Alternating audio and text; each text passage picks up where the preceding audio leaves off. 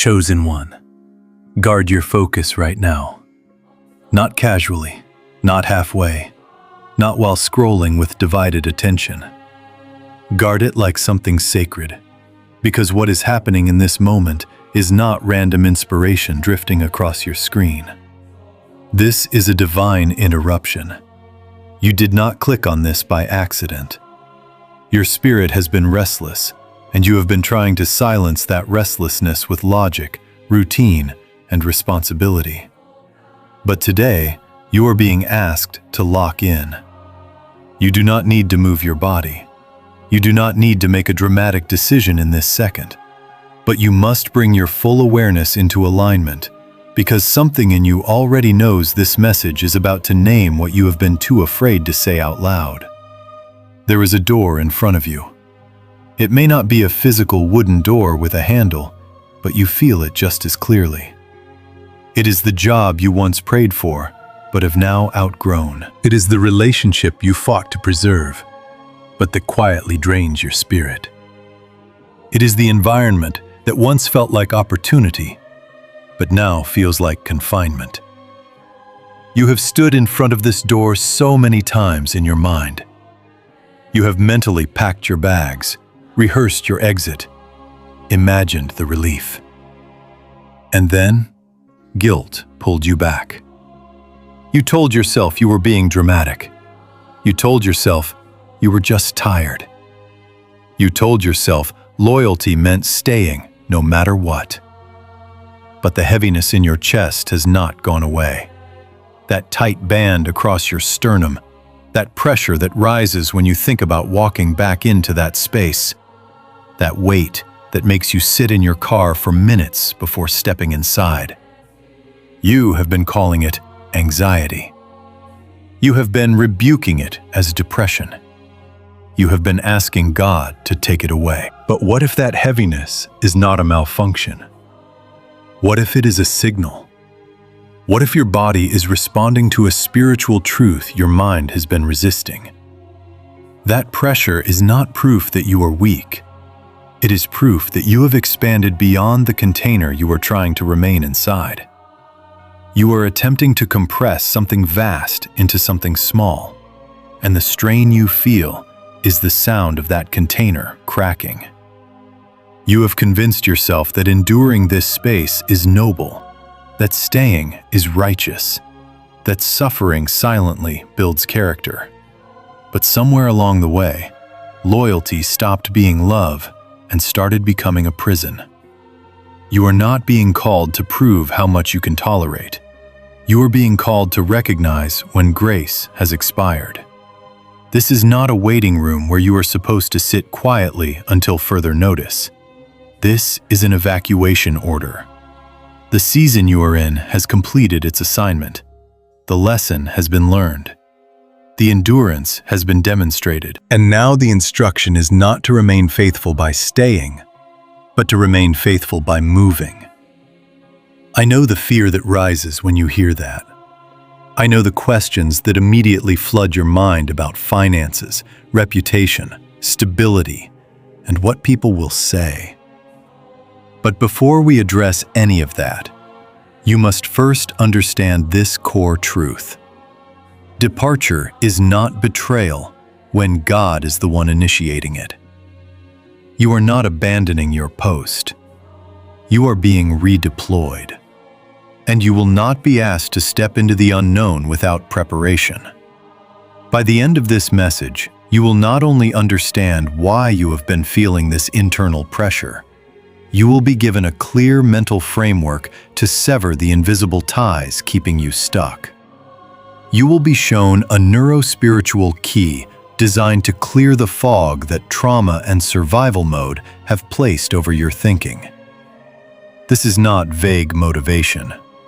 This is an extraction protocol, and it begins the moment you decide to guard your focus and accept that what you have been calling anxiety may actually be divine instruction telling you it is time to go. And as we move deeper into this, you must understand that the pressure in your chest is not random, it is not weakness, and it is not instability. It is a frequency mismatch announcing itself through your body.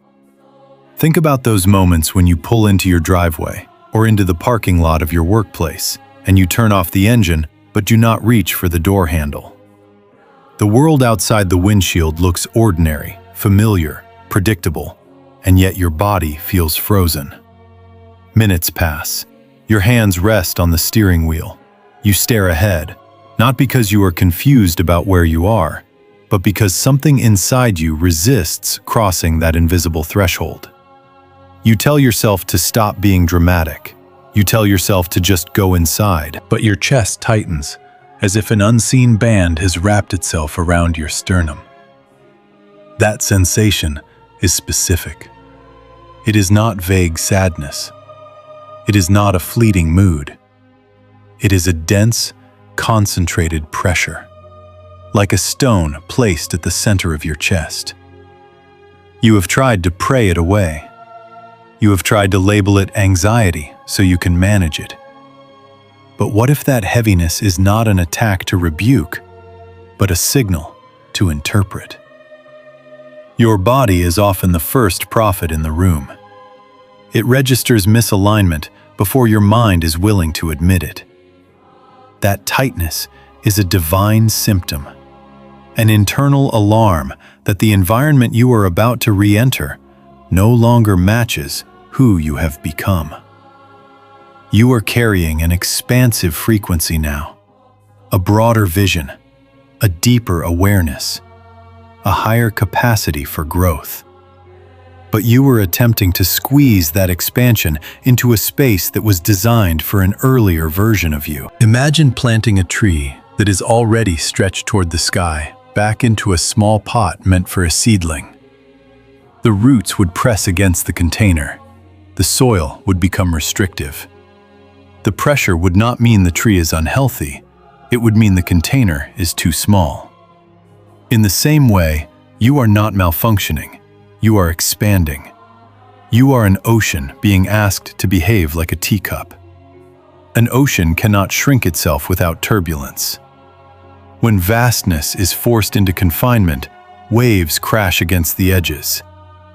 That is what you feel in your chest. It is not instability. It is magnitude pressing against limitation.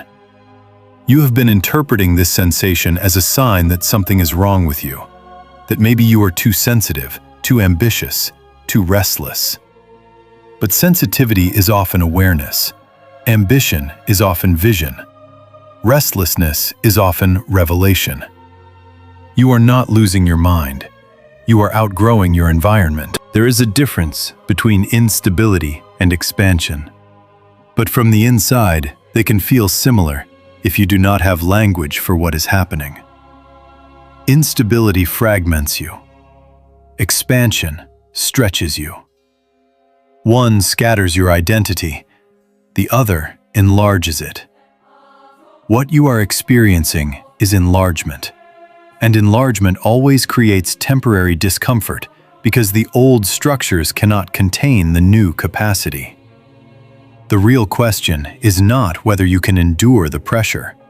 The real question is whether you will recognize what it is communicating. Every season carries an assignment. Some assignments are about learning humility. Some are about building resilience. Some are about discovering your voice. But when the lesson has been integrated and the skill has been formed, the grace to remain begins to lift. You may still be capable of functioning in that space, but the ease is gone. The flow is gone. The sense of belonging has thinned. Conversations feel repetitive.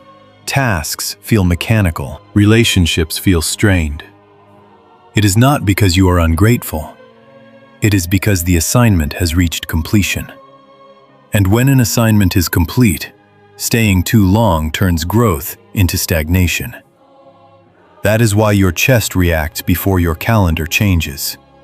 Your spirit recognizes completion before your circumstances shift. You keep asking God to remove the heaviness, but perhaps the heaviness is the removal. It is the internal confirmation that the soil you are standing in cannot support your next level of expansion. If you ignore this signal, you will begin to doubt yourself. You will wonder why your motivation is fading. You will question your passion. But passion does not disappear without cause. It withdraws when purpose has moved forward. The pressure in your chest is not demanding endurance. It is requesting alignment. It is asking you to acknowledge that you have changed. You have grown in ways that the current container cannot celebrate. And recognizing that is not arrogance. It is awareness. You are not abandoning loyalty by admitting you have expanded. You are honoring the growth that was cultivated in the first place. There comes a moment when survival is no longer the objective. Thriving becomes the mandate. And when that moment arrives, the body speaks first. The pressure is not punishment. It is permission.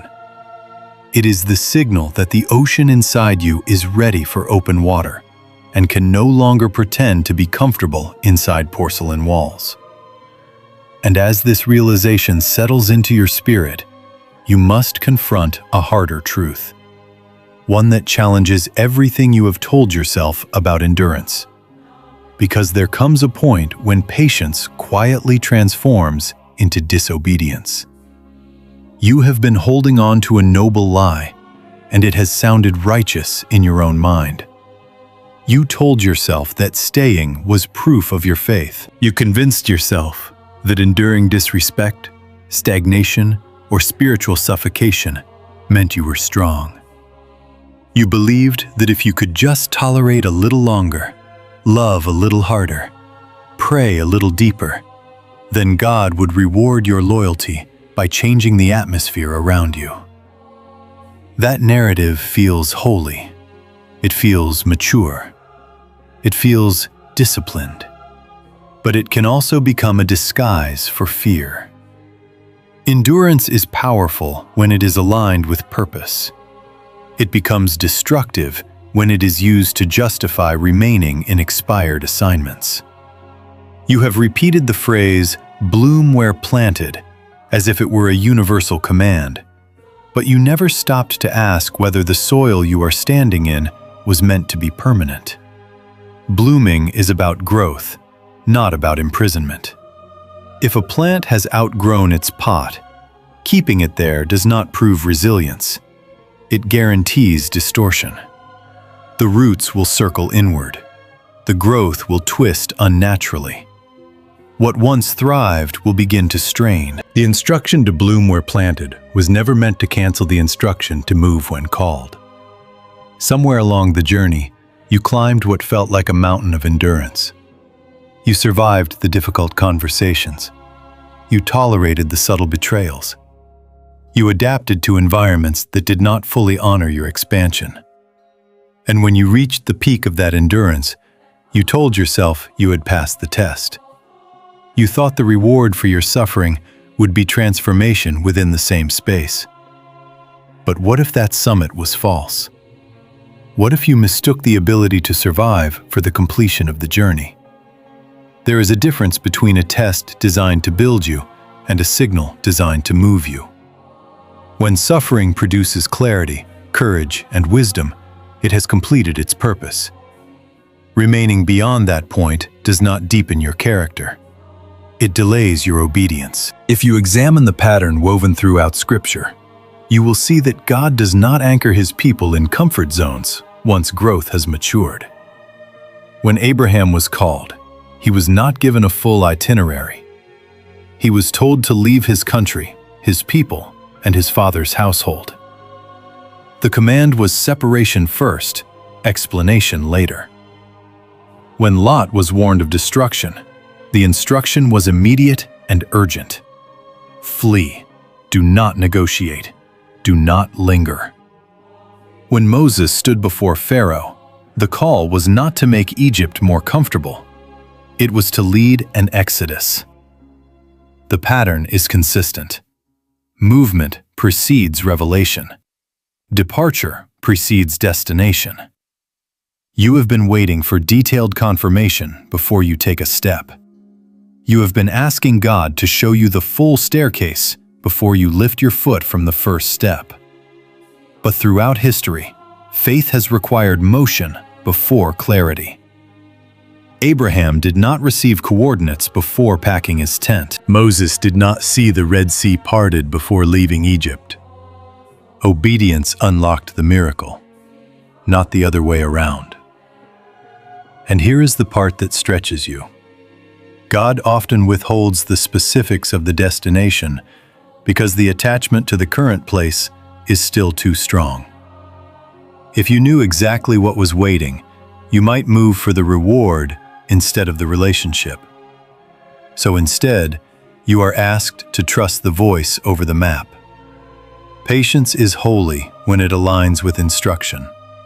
It becomes disobedience when it ignores a call to move. You sense the shift. You feel the expiration.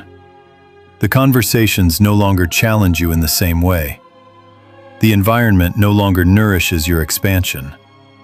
Yet you remain because you believe leaving would mean you failed the lesson. But sometimes, the lesson is not to endure. Sometimes the lesson is to recognize when the season has ended. The grace to stay has lifted.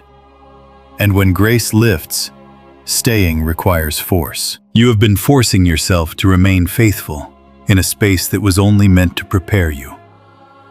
God is not measuring your loyalty by how long you tolerate misalignment. He is measuring your trust by how willing you are to respond when He says move. The Exodus pattern is not just a historical narrative.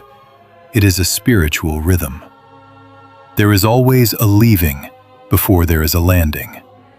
There is always a separation before there is revelation. And right now, you are standing in that tension. You want assurance before action. But heaven often waits for action before assurance. The instruction has already been whispered in your chest. The heaviness was not random. It was the signal that the assignment has been fulfilled. Patience built you. Endurance strengthened you. But obedience will propel you. And the door will not reveal what lies beyond it until you choose to walk through. And as you stand at the edge of this decision, another layer surfaces, quieter but more powerful than logic. Because beneath the questions about timing and provision lies the hidden fear that has truly been holding you back. The fear known as leaver's guilt. This fear does not shout. It whispers in the early hours of the morning when everything is silent. It asks you uncomfortable questions. What if you are not being led, but escaping? What if you are not called higher, but simply tired? What if wanting more makes you arrogant?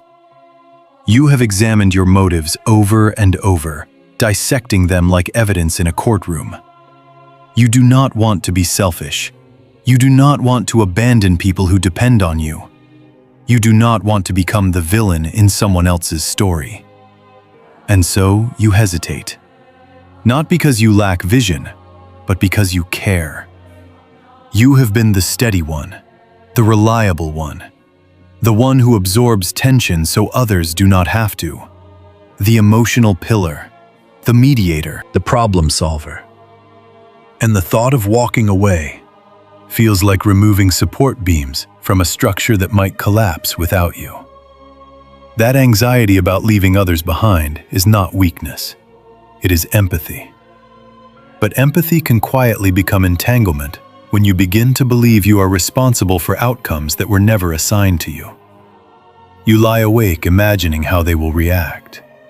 You picture disappointment, confusion, maybe even anger. You fear being misunderstood more than you fear remaining misaligned. And underneath that anxiety is an even deeper terror. What if you step out and fail? What if you leave the familiar ground, announce your departure with conviction, only to find yourself struggling, What if you have to return humbled, embarrassed, forced to admit that your leap did not lead where you thought it would? That image of returning in humiliation can feel unbearable. It is easier to endure quiet dissatisfaction than to risk public miscalculation. But here is the truth you must allow into your spirit. The very presence of this fear is not a sign that you are unqualified. It is evidence that you are ready. Arrogant people do not agonize over impact. Selfish people do not lose sleep worrying about the ripple effects of their decisions. Those who act recklessly rarely wrestle with conscience. The weight you feel is not condemnation. It is confirmation. It reveals that you understand the gravity of transition, and only those who understand the weight are capable of carrying glory. Glory is not applause. It is responsibility. It is influence. It is expanded territory. If departure felt light and casual to you, you would not be prepared to steward what comes next. Your hesitation does not disqualify you. It refines you. It proves you are not chasing ego, but responding to alignment. There is maturity in pausing to consider impact. There is wisdom in examining motives. The key is not to eliminate fear, but to interpret it correctly. Fear can signal danger, but it can also signal growth. When you stand at the edge of expansion, your nervous system reacts because the unknown always feels unstable. But growth requires instability before it establishes new ground. Think about every significant transition in your life.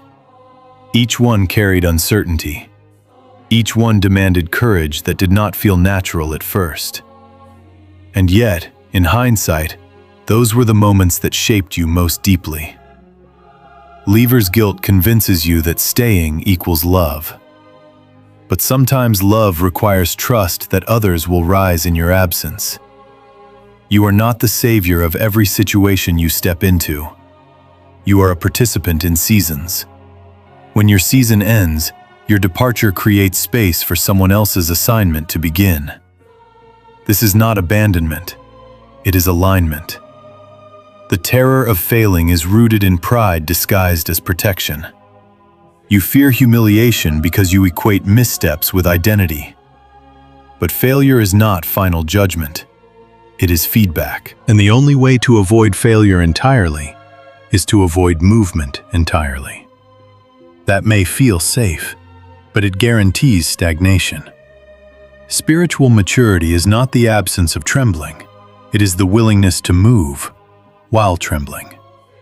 Your hesitation proves that you are not careless. It proves that you respect the magnitude of change, and that respect is precisely what qualifies you. When God entrusts greater territory, He does not look for impulsive confidence.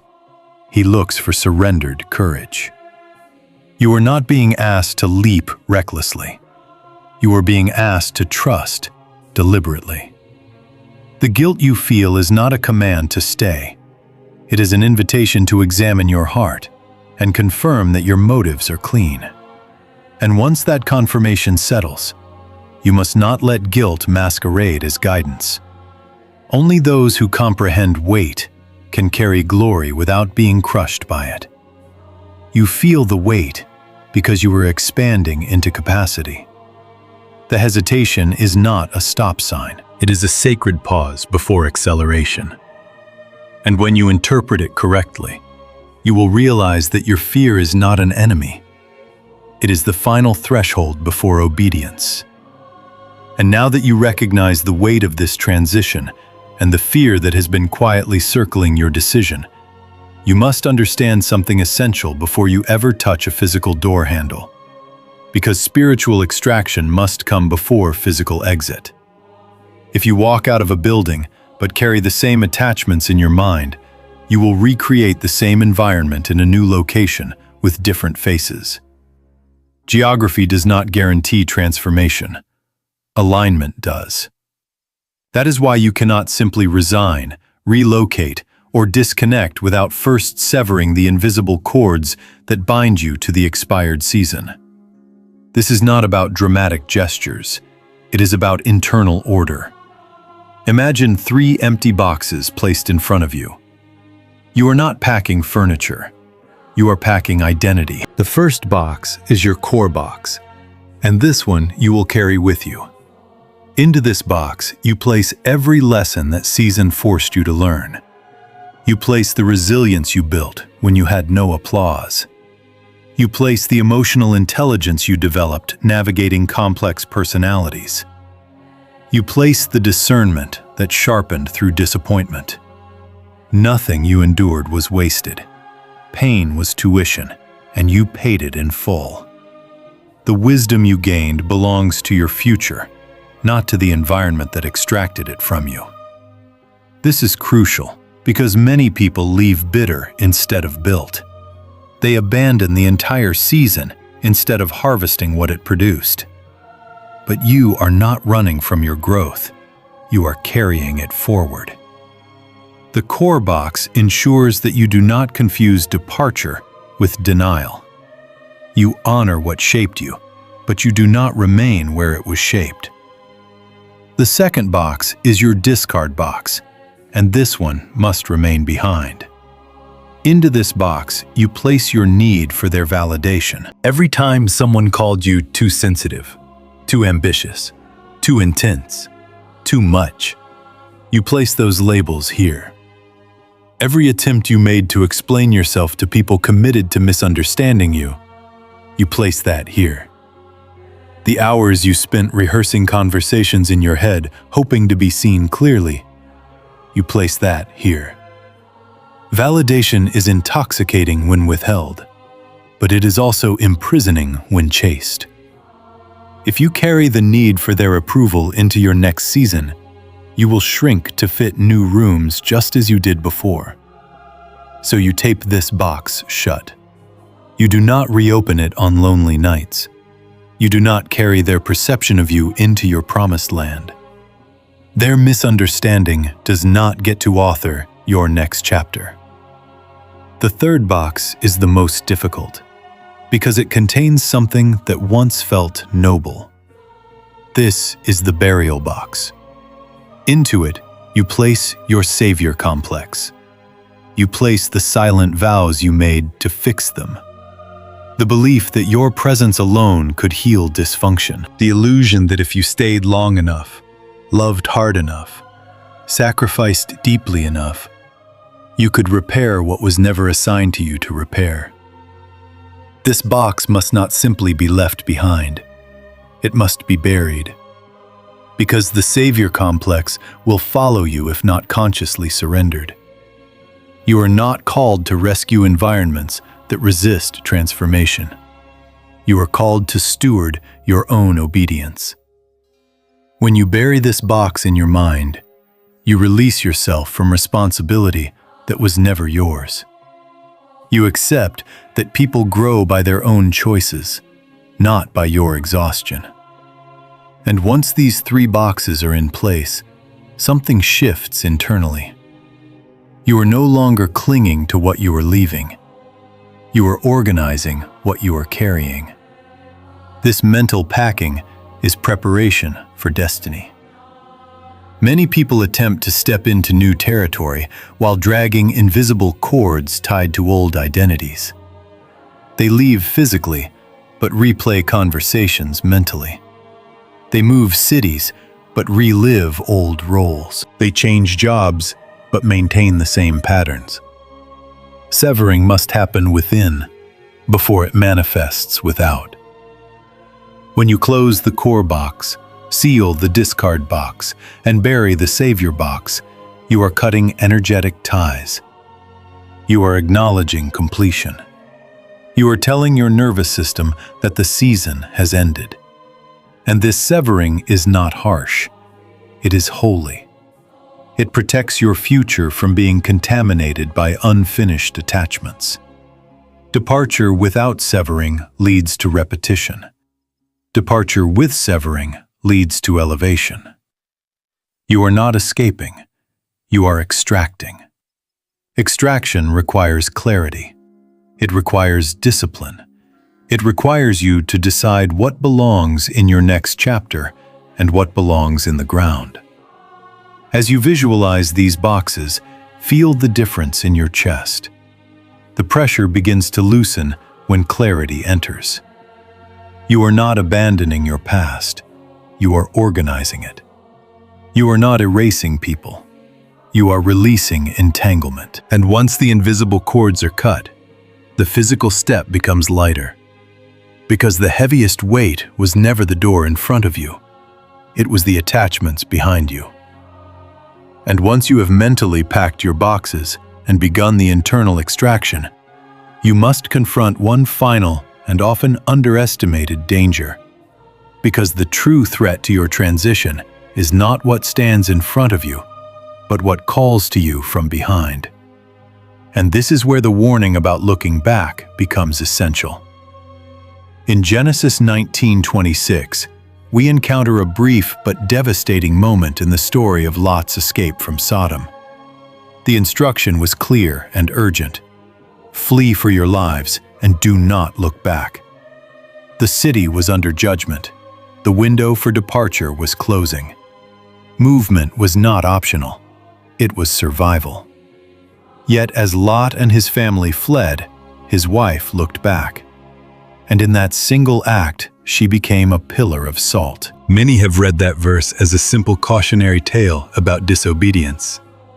But there is depth hidden in the original language that shifts the entire weight of the warning. The Hebrew word translated as looked is nabat. Nabat does not describe a quick glance over the shoulder.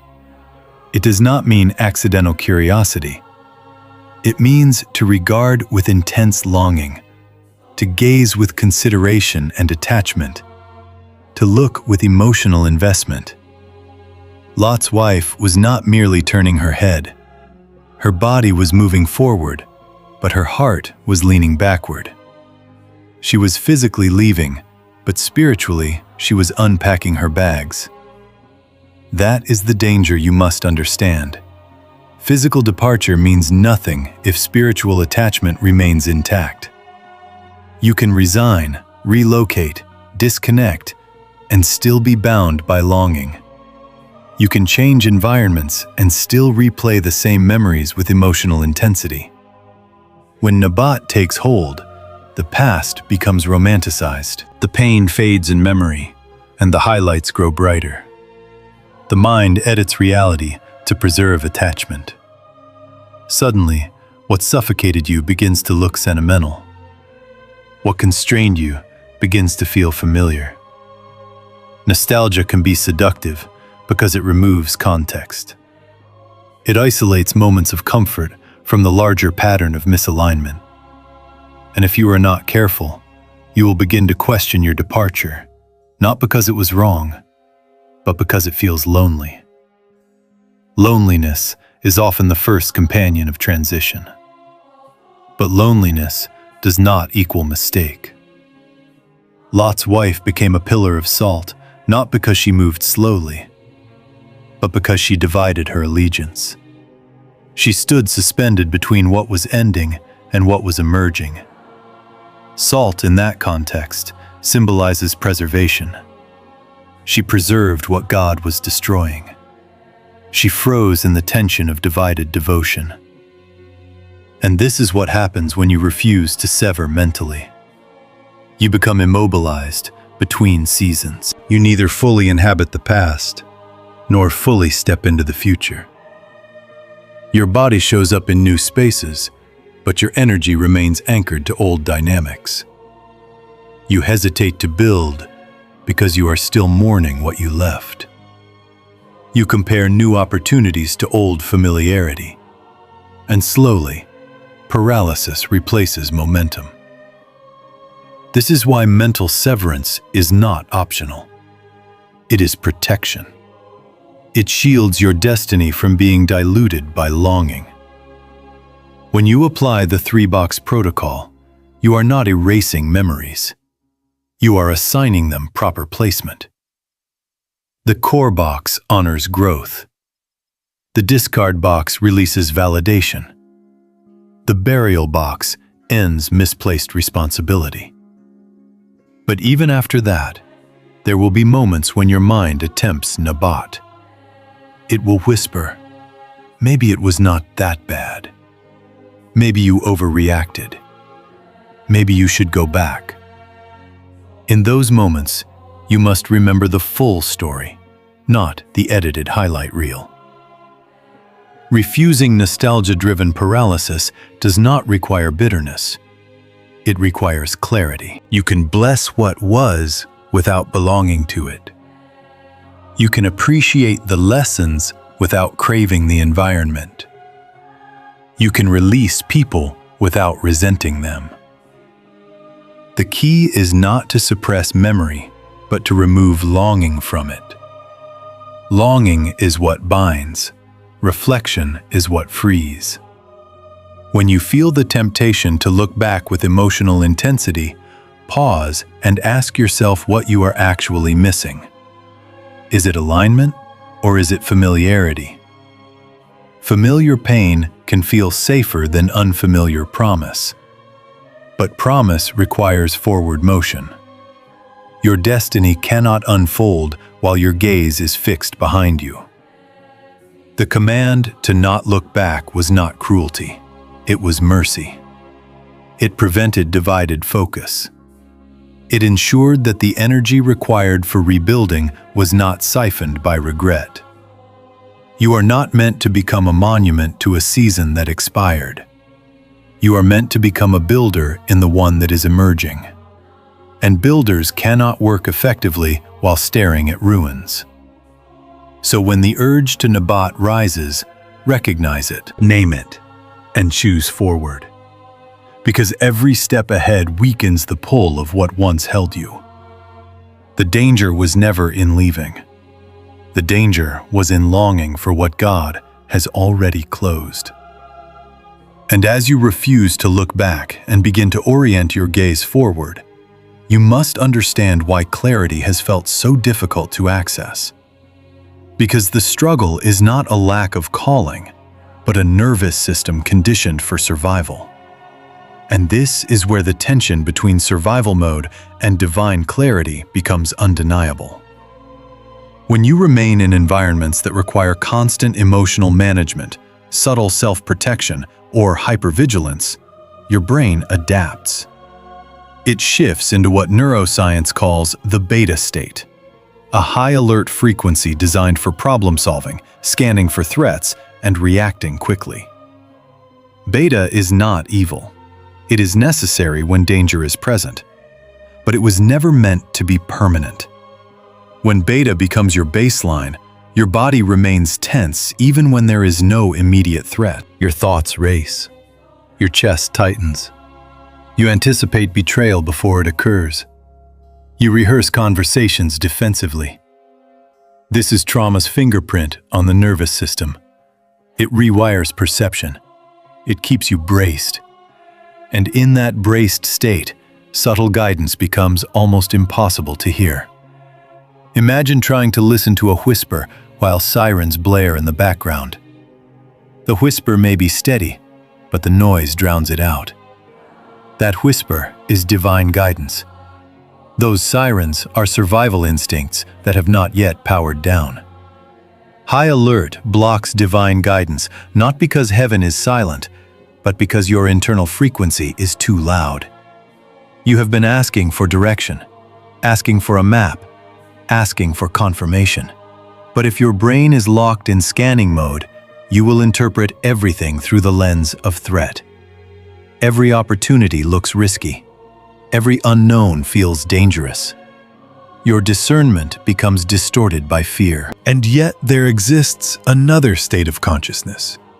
One ancient mystics described long before modern laboratories confirmed its presence. This is the theta frequency. In theta, the brain slows, the body softens, creativity increases, intuition heightens.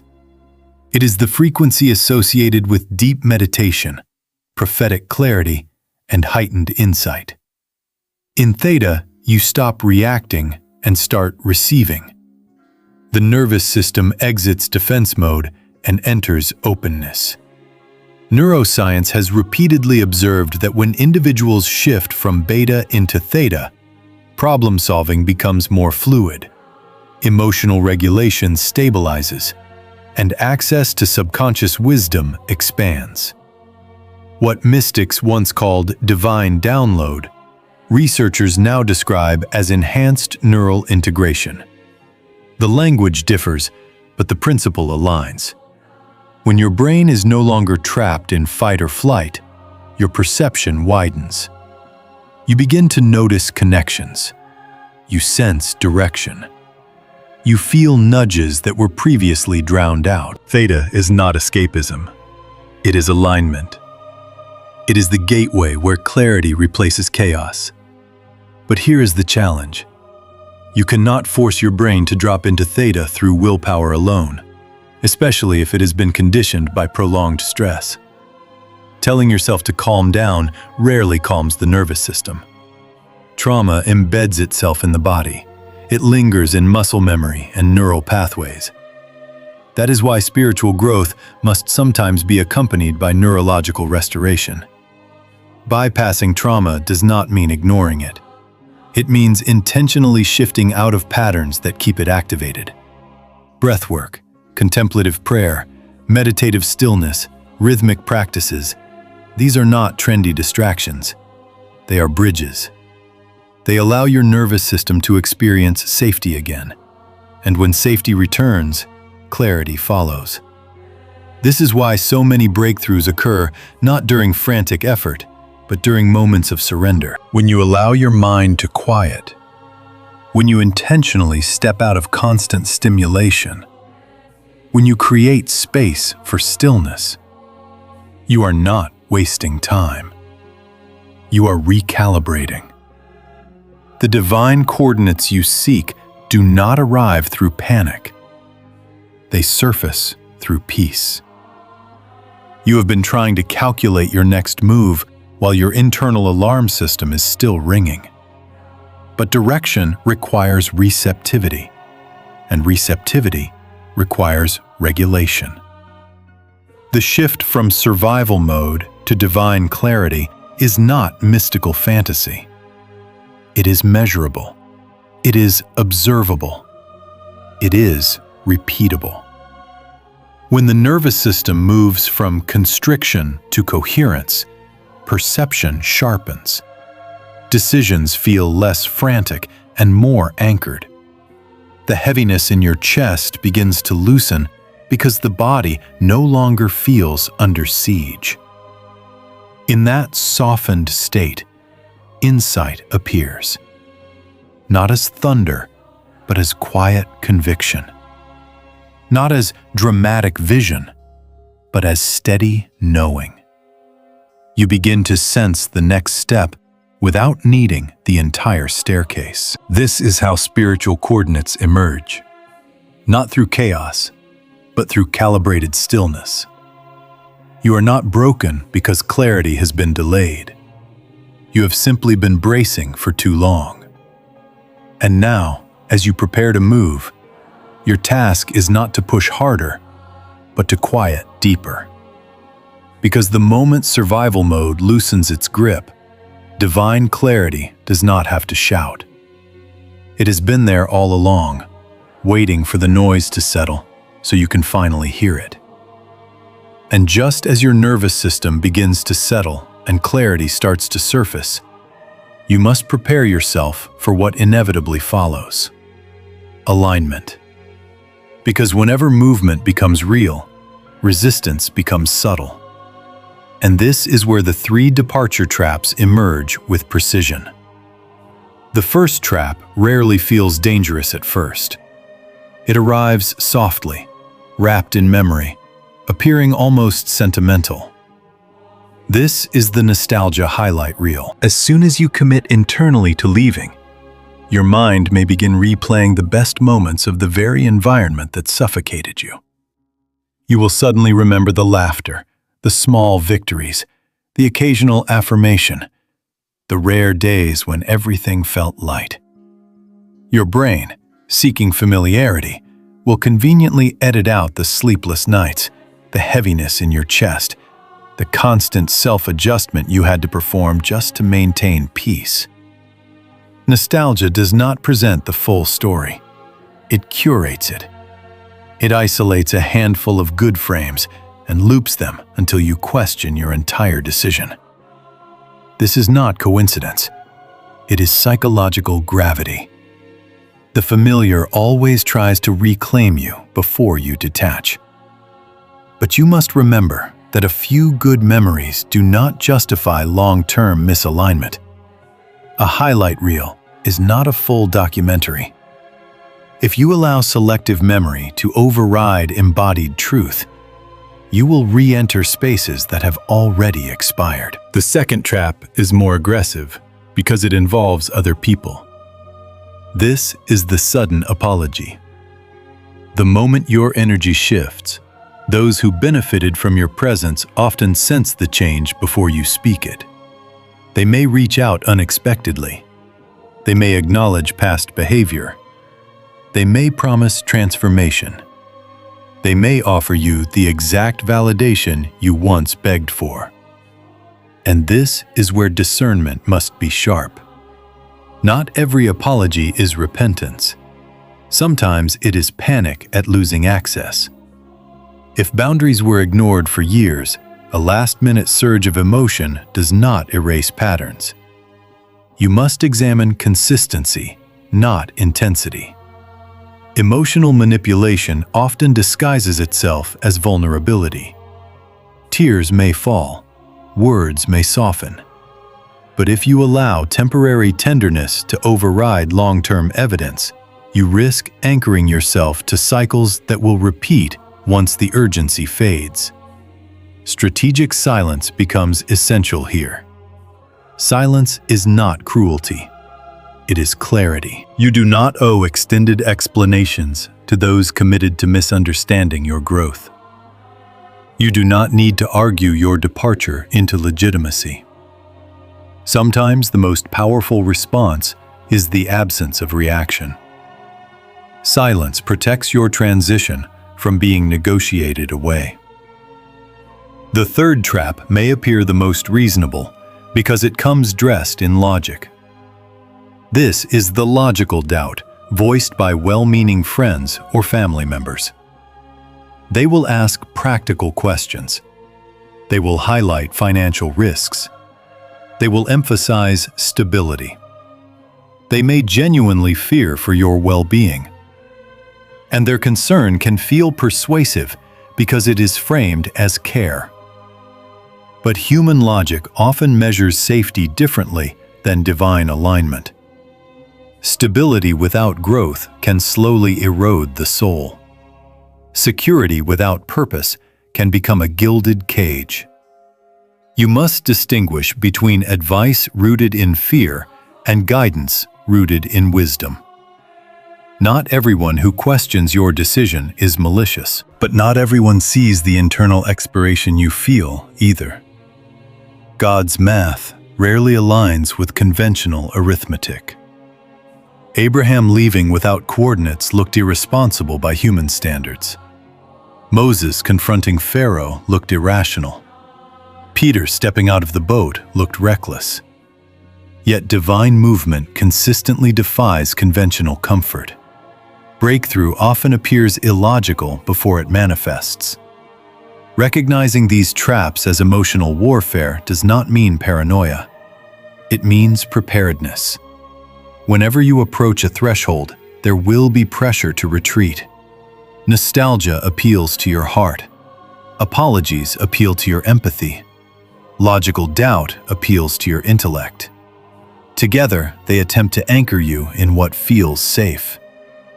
But safe and called are not always identical. Emotional warfare before breakthrough is not dramatic fantasy. It is pattern recognition. Every time you step toward expansion, forces of familiarity will attempt to reclaim you. Your responsibility is not to fight loudly. It is to remain anchored quietly. Strategic silence, regulated emotion, and unwavering clarity become your shield. You do not need to convince everyone that you are right. You need to remain aligned with what has already been confirmed within you. And when these traps arise, do not panic. Their appearance is often confirmation that movement is real. Resistance intensifies when transition becomes irreversible. So when nostalgia flickers, when apologies surge, when logic questions, recognize the pattern. It is not evidence that you are mistaken. It is evidence that you are crossing a threshold. And thresholds always test conviction before granting access. And to ground all of this in something tangible, you need to see what obedient departure looks like in real life. Because theory becomes powerful when it is embodied. And this is where the case study of obedient departure offers clarity. There was someone not long ago standing exactly where you are now, sitting in a parked car outside a workplace that had once felt like provision, but had slowly become suffocation. Every morning their body resisted entering the building. The pressure in their chest was constant. They prayed for motivation to return. They asked for renewed passion. Instead, what intensified was clarity that the season had ended. They did not have a backup plan. There was no guaranteed offer waiting in their inbox. There was only the quiet conviction that staying was costing more than leaving. After weeks of internal wrestling, they chose to apply the principles you are hearing now. Before submitting a resignation, they began with internal recalibration. Each morning, they intentionally shifted out of survival mode, using breath, stillness, and focused practices designed to move their nervous system from beta tension into theta receptivity. Instead of waking up, immediately scanning for threats and rehearsing worst-case scenarios, they created space for regulation. Within days, the fog that had clouded their thinking began to thin. Decisions no longer felt frantic. The voice of fear softened. Clarity did not arrive as fireworks. It arrived as steady resolve. Alongside that recalibration, they practiced strategic silence. They did not announce their doubts to every coworker. They did not post vague messages online fishing for reassurance. They packed their 3 boxes mentally. They harvested lessons, released validation, buried misplaced responsibility.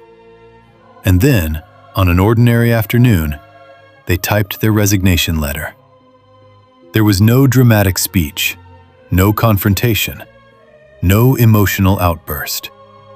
Just a clear statement and a decisive send.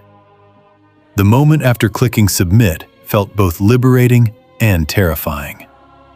Because obedience often feels like stepping off solid ground before you see where you will land. The first weeks were not glamorous. Fear surfaced repeatedly. Mornings felt uncertain without routine. The logical doubt trap intensified. Family members expressed concern. Questions filled the air. Why would you leave something stable? What if nothing better comes? What if you miscalculated? These were not malicious voices. They were protective voices, operating within conventional frameworks. And yet, the one who departed chose to remain anchored in internal clarity rather than external validation.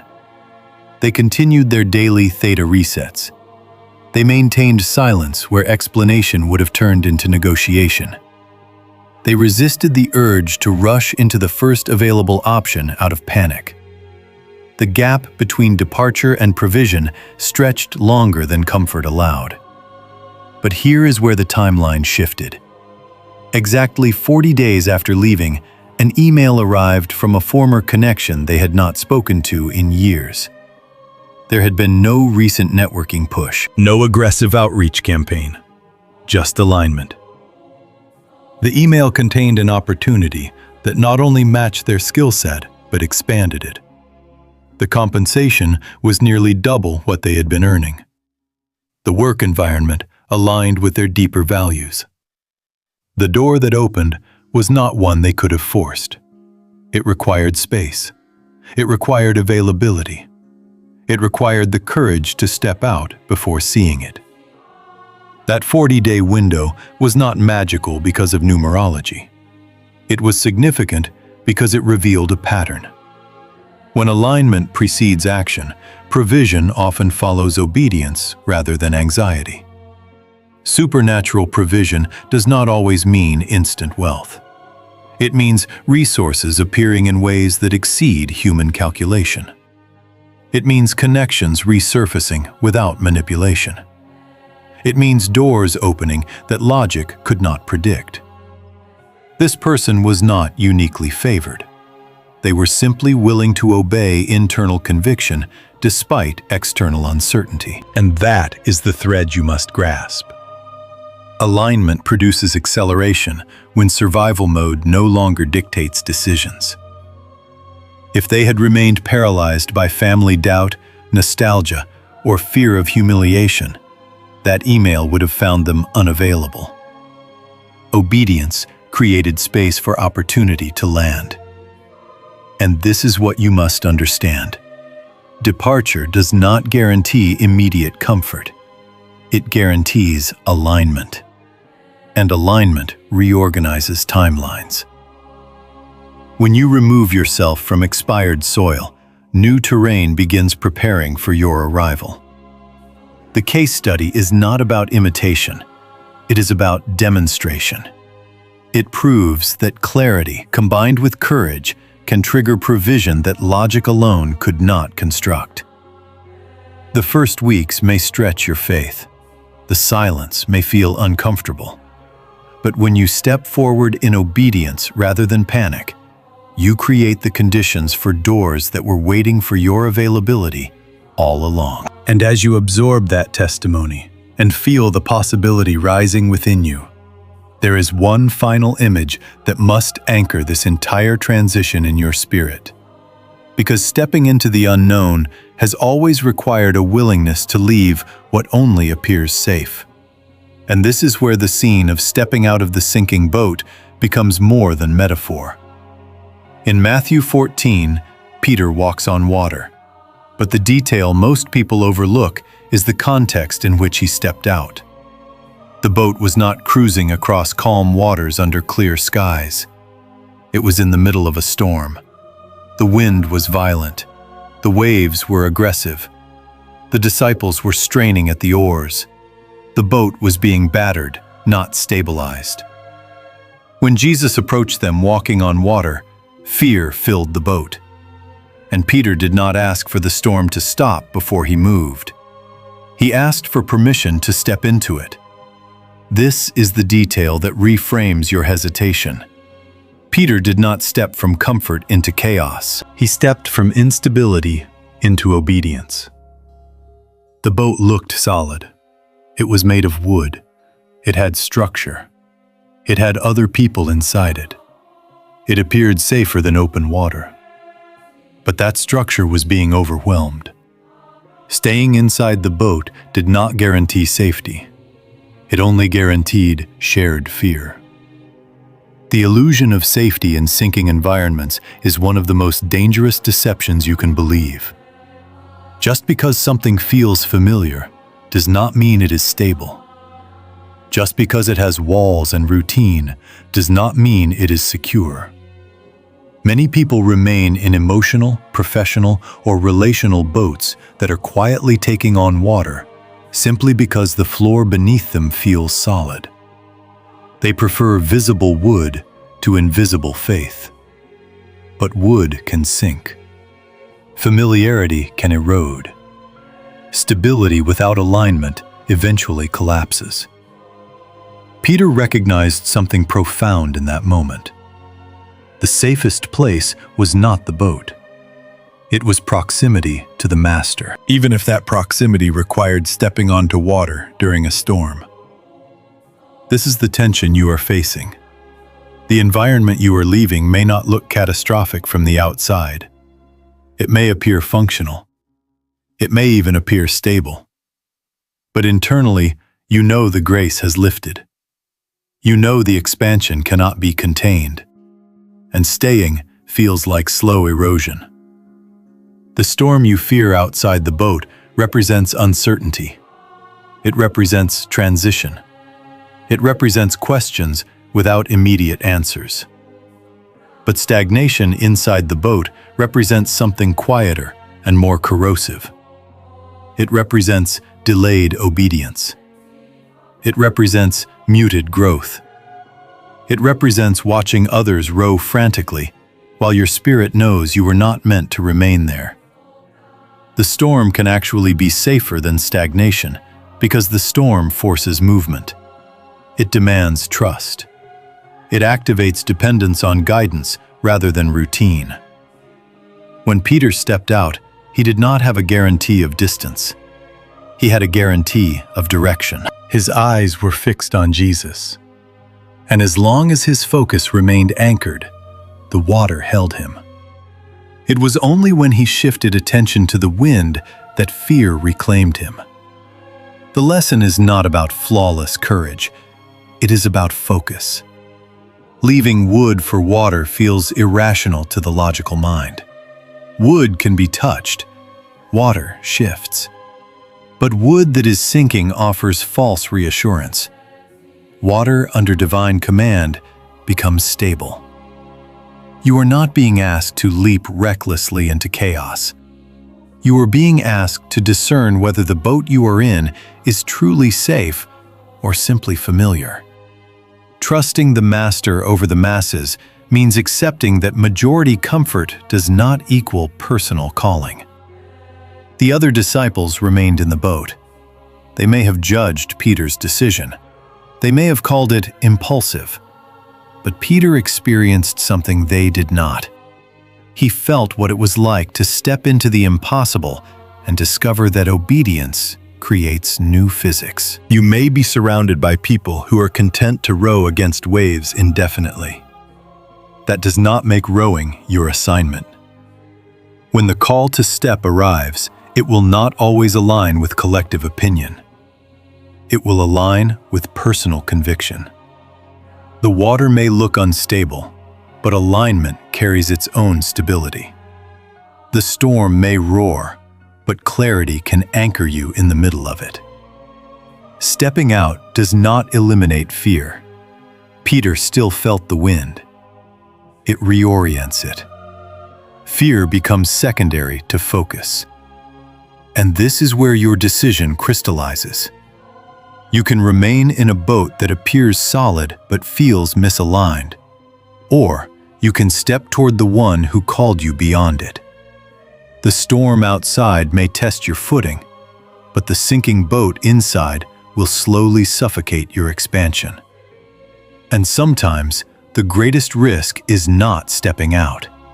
It is staying where you no longer belong. And if you allow that image to settle even deeper, you begin to realize that the most dangerous part of the story was never the water.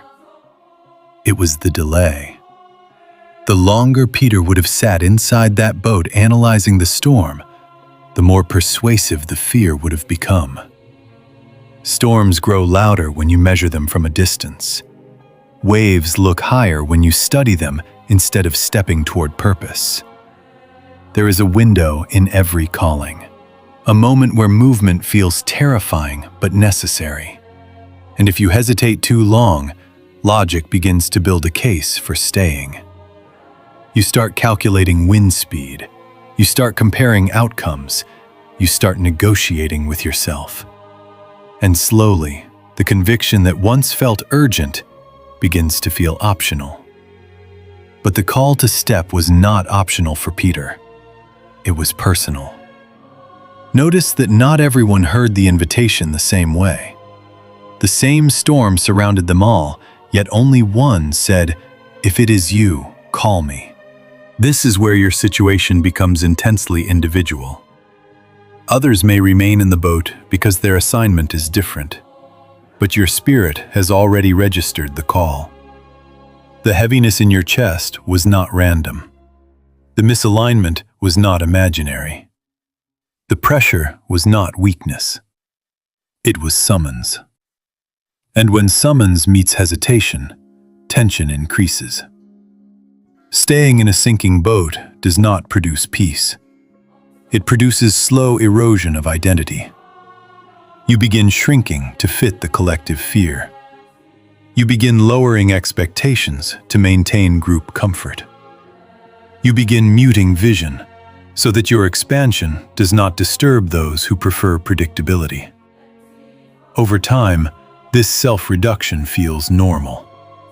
You forget how vast you once felt. You adapt to cramped spaces. You call it humility. But humility was never meant to mean hiding capacity. There is a reason storms often accompany divine transition. Storms expose what is unstable. They reveal cracks that calm weather concealed. If the sea had been perfectly still, the boat might have seemed sufficient. But turbulence exposes limitation. The shaking you are experiencing in your current environment may not be punishment. It may be revelation. It is showing you what cannot sustain the next version of you. And here is the paradox that transforms fear into courage. When Peter stepped onto water, he did not eliminate the storm. He changed his position within it. Inside the boat, the storm was something to endure. On the water, the storm became a backdrop to obedience. The external conditions remained volatile, but his internal alignment shifted. You are waiting for the environment to calm before you move. But often, movement is what redefines your relationship to the storm. As long as Peter's eyes remained fixed, the water held him. That detail cannot be overstated. Focus determined physics. When his attention drifted to wind and waves, fear reclaimed authority. This mirrors your transition. If you fixate on instability, doubt will amplify. If you anchor to calling, courage stabilizes. Trusting the master over the masses means prioritizing internal confirmation over collective comfort. It means accepting that not everyone will understand why you stepped out. Some will call it reckless. Some will label it impractical. Some will project their own fear onto your movement. But their caution does not negate your calling. Wood feels solid until it splits. Water feels unstable until it holds. The difference lies not in material, but in mandate. If you were not called to step, water would swallow you. But when obedience precedes action, support emerges beneath your feet in ways that defy conventional explanation. You are not being invited to prove bravery. You are being invited to demonstrate trust. The sinking boat represents expired security. The open water represents living faith. And faith is not the absence of wind. It is the refusal to let wind determine direction. When you step, you may still feel tremors of fear. Peter did. But fear did not negate movement. It accompanied it. Courage is not calm emotion. It is committed action despite emotion. And here is the final layer that shifts everything. Peter was the only disciple who could later say he experienced what it felt like to walk on what once threatened him. The storm that terrified them became the surface that carried him. The very element that seemed most unstable became the platform of revelation. Your storm may become your surface. The uncertainty you fear may become the stage where your expansion stabilizes. But that only happens if you leave the boat. If you remain seated, you will always wonder what it would have felt like. And wondering slowly turns into regret. You have already felt the boat creaking. You have sensed the water rising. The call has already echoed within you. The question is no longer whether the storm exists, it is whether you trust the voice that called you beyond the wood. And now we arrive at the moment where reflection must transform into decision. Because revelation without activation only increases tension. So shift your internal posture to attention right now. You do not need to stand physically, but within yourself, straighten. Become alert. This is not inspiration to admire, it is instruction to implement. You have examined the pressure in your chest. You have confronted lever's guilt. You have packed your boxes. You have recognized the traps. You have seen the storm and the boat. Now the transition must be sealed.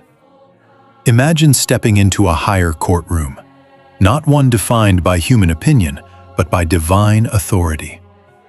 In this courtroom, your hesitation is not judged with condemnation, it is evaluated with clarity. The evidence has been presented. The season has expired. The grace to remain has lifted. And now, a declaration must be made. We bind nostalgia that attempts to romanticize what once restrained you. We bind guilt that disguises itself as humility, but functions as fear. We bind anxiety rooted in survival mode that has kept your nervous system braced for threats that no longer define you. These forces are not enemies to fight violently. They are patterns to release consciously.